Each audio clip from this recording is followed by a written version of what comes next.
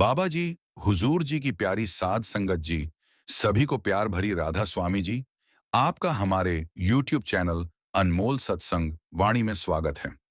बाबा जी ने बताया, एक समय की बात है। एक नगर में हरिया नाम का एक गरीब आदमी रहता था। वो अपने परिवार के लिए ठीक से भोजन भी नहीं जुटा पाता था। हरिया के लिए घर चलाना बहुत ही मुश्किल था। वह जैसे तैसे अपने घर वालों का पेट पालता, कभी उनको भोजन मिल जाता, तो कभी भूखे पेट ही सोना पड़ता। एक दिन हरिया की पत्नी ने कहा, सुनो जी, धन के बिना आखिर ऐसे कब तक चलेगा। मैं जैसे तैसे करके घर चला लूंगी, अपने दोनों बच्चों का पेट पाल लूंगी, लेकिन आप धन कमाने के लिए प्रदेश चले जाइए। भूखों मरने से अच्छा है कि आप किसी की छोटी मोटी मजदूरी ही कर लें। अब पत्नी के बार बार कहने पर हरिया धन कमाने के लिए घर से निकल पड़ता है। वह जंगलों के रास्ते से प्रदेश के लिए रवाना हो जाता है। चलते चलते वह एक जंगल में पहुंच गया। दूर की यात्रा तय करके जा रहा था। बेचारा थक चुका था। बरगद का पेड़ को देखकर हरिया उस पेड़ के नीचे बैठकर आराम करने लगा। तभी उसने देखा कि एक सांप उस पेड़ पर चढ़ रहा है। उस पेड़ पर तोता और मैना का घोंसला था। सांप को देखकर तोता और मैना के बच्चे डर के मारे चिल्लाने लगे। हरिया समझ गया कि यह दुष्ट सांप इन बच्चों को खाने आया है। हरिया उठ गया और फटाफट पेड़ पर चढ़ गया। वह सांप को मार देता है और फिर नीचे आकर लेट जाता है। तोता और मैना के बच्चे उनकी रक्षा करने वाले उस गरीब आदमी को मन ही मन बहुत दुआएं देते हैं। कुछ देर बाद जब तोता और मैना अपने बच्चों के पास आए, तो उन्होंने अपने माता पिता को पूरी घटना बताते हुए कहा कि इस पेड़ के नीचे जो इंसान लेटा है, उसने आज एक भयंकर सांप से हमारे प्राण बचाए हैं। अपने बच्चों के मुख से उस मुसाफिर की प्रशंसा सुनकर तोता और मैना उस गरीब आदमी के पास गए और कहने लगे, हे मनुष्य, तुमने आज हमारे बच्चों की जान बचाकर तुमने हम पर बहुत बड़ा उपकार किया है। भाई, आप कौन हो और कहाँ जा रहे हो। हरिया कहता है, हे पक्षी, मैं एक गरीब आदमी हूं और धन कमाने के लिए प्रदेश जा रहा हूं। तोता बोला, भाई, तुमने हम पर बहुत बड़ा उपकार किया है। बच्चों से अधिक प्रिय तो किसी को कोई नहीं होता। आप भी तो धन कमाने अपने बच्चों के लिए ही जा रहे हैं। आपने हमारे बच्चों की जान बचाई है, तो हम आपके बच्चों की भूख मिटाना चाहते हैं। तब तोते ने बताया, हम दोनों पति पत्नी हमेशा कीमती मोती खाते हैं और हमने सुना है कि यह मोती मनुष्यों के लिए बहुत मूल्यवान होते हैं। हम तुम्हें कुछ मोती देते हैं। तुम उन्हें बेचकर बाजार से खाने पीने का सामान ले आओ और आज से तुम यहीं रहकर हमारे बच्चों की देखभाल करो। हम तुम्हें इसी तरह से रोज यह कीमती मोती लाकर देंगे। ये सुनकर हरिया प्रसन्न हो जाता है और सोचने लगता है कि अगर मुझे यही धन मिल जाएगा तो मुझे परदेश जाने की क्या जरूरत है। हरिया तोते से मोती ले लेता है और कुछ मोती लेकर बाजार जाता है। अपने खाने पीने का सामान खरीद लाता है।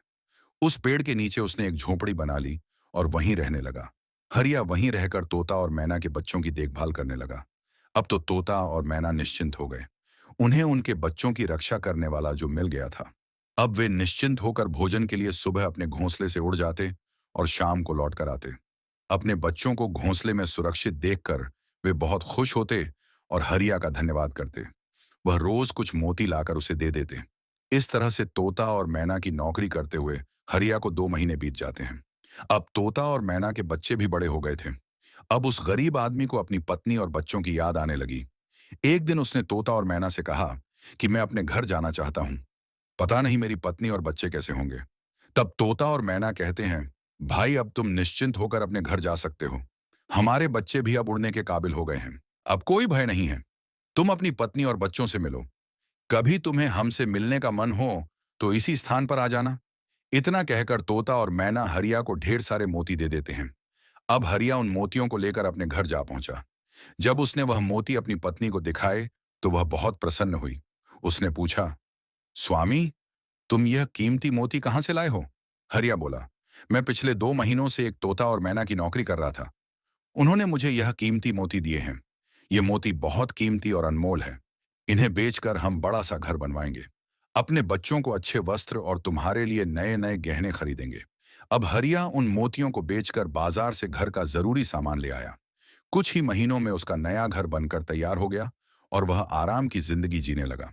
उस नगर के राजा प्रताप सिंह एक अजीब रोग से पीड़ित हो गए थे।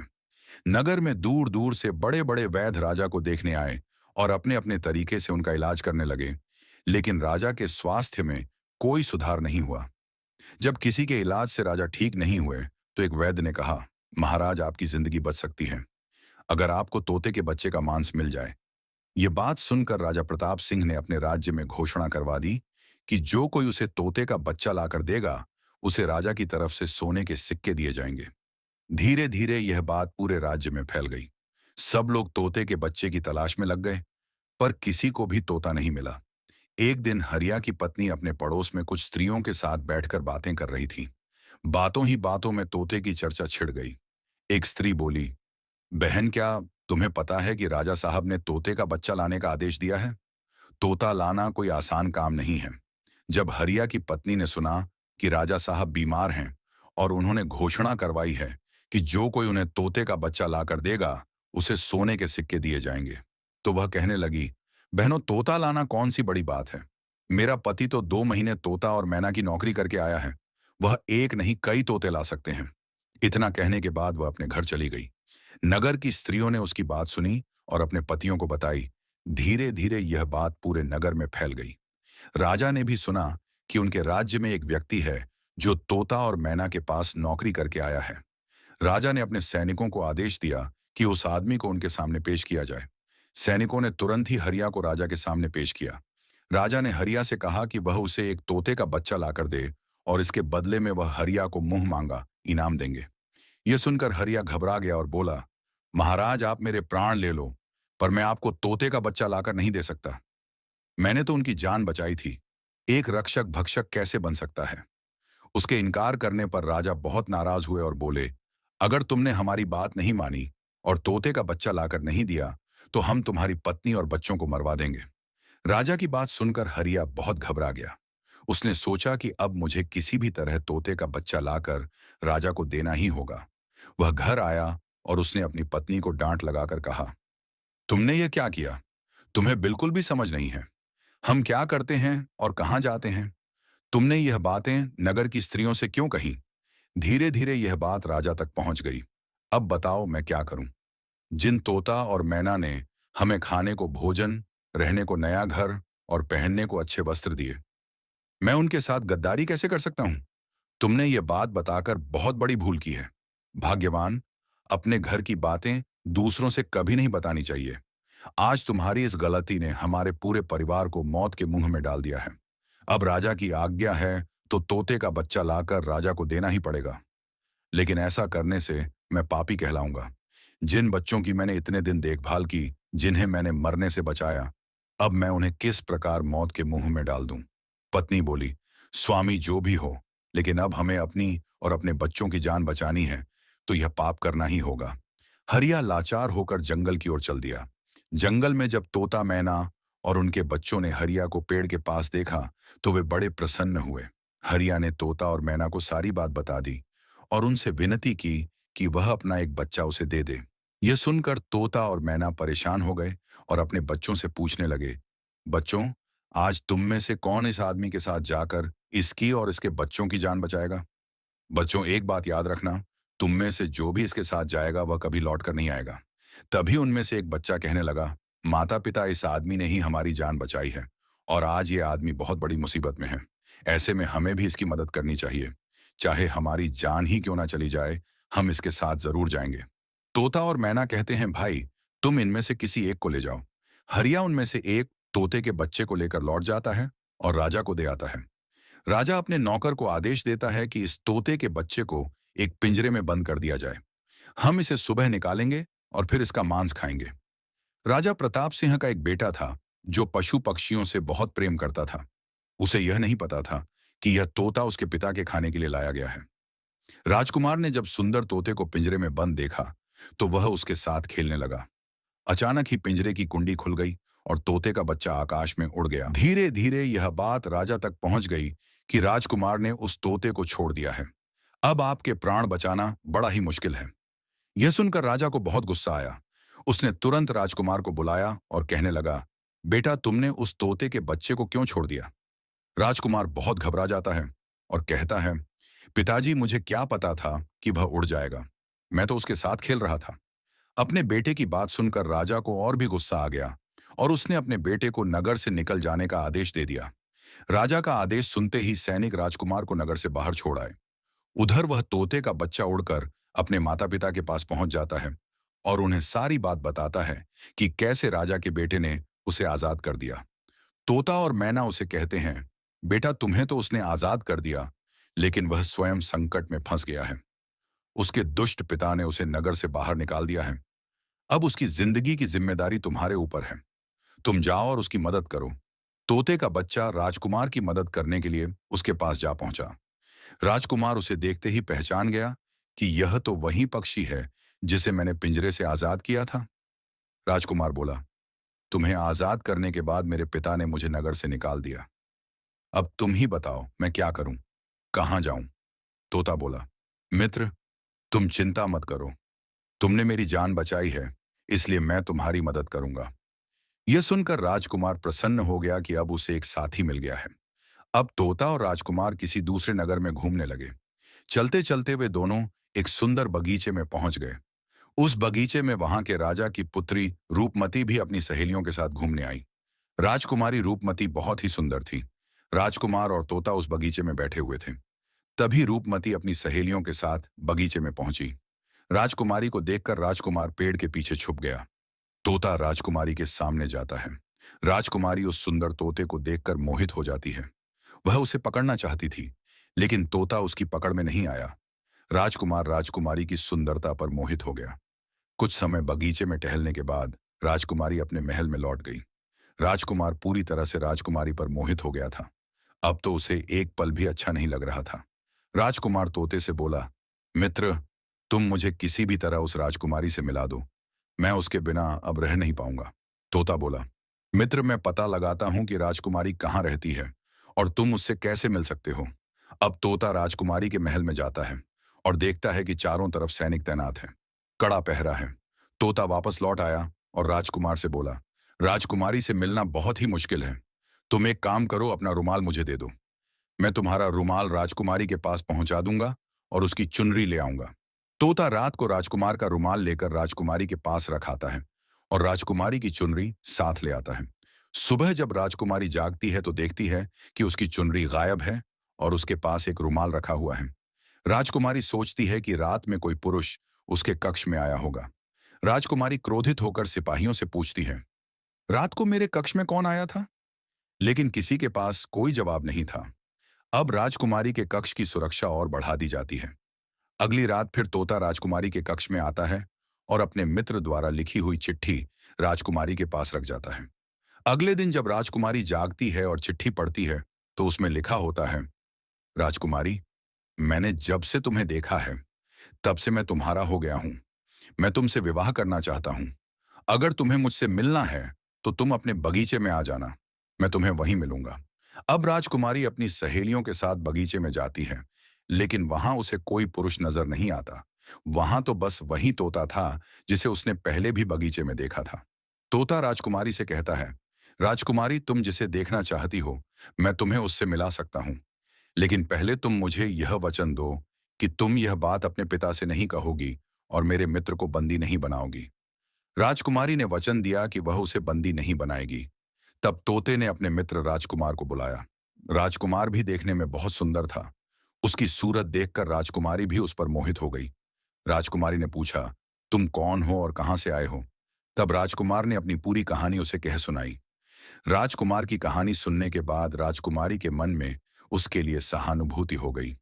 अब तो रोजाना राजकुमारी रूपमती राजकुमार से मिलने उस बगीचे में आने लगी।